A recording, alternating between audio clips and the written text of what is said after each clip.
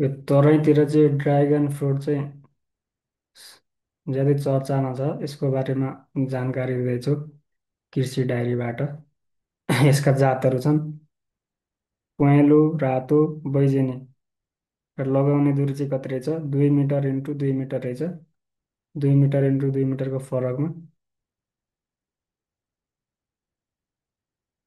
अनि यो बिरुवा बिरुवा सङ्ख्या चाहिँ बिरुवा सङ्ख्या चाहिँ 500। 500 एक रोपनीमा चाहिँ 500 बिरुवा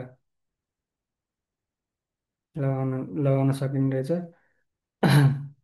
अनि एक 125 पोल र चार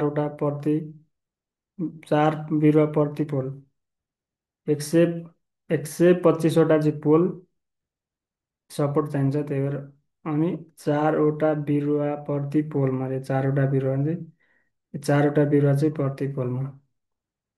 125 एक रोपनीमा चाहिँ 125वटा पोल चाहिने रहेछ। एउटा पोलमा चाहिँ चारवटा बिरुवा प्रति पोल भनेछ। अनि यो प्राङ्गारिक मल चाहिँ 10 देखि 15 केजी प्राङ्गारिक मल फल दिने बोटमा चाहिँ 1 वर्षमा दिनुपर्ने रहेछ। डिएपी चाहिँ 90 gram DAP, urea 70, muriate of potash चाहिँ एमओपी चाहिँ 40 ग्राम। अनि यो फल टिप्न तयार हुने समय चाहिँ फल फुलेको 30 देखि 35 दिनमा फल तयार हुन्छ। फल फुलेको चाहिँ 30 देखि 35 दिनमा चाहिँ फल तयार हुन्छ। फलसँग जोडिएको पत्रदल रातो भएर जान्छ। फलसँग जोडिएको पत्रदल चाहिँ रातो भएर जान्छ।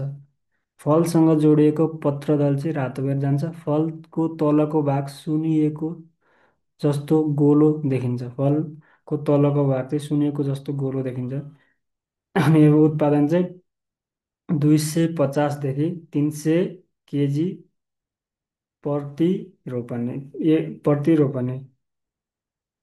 यसमा चाहिँ 250 देखि 350 चाहिँ केजी चाहिँ एक रोपनीमा उत्पादन हुँदैछ।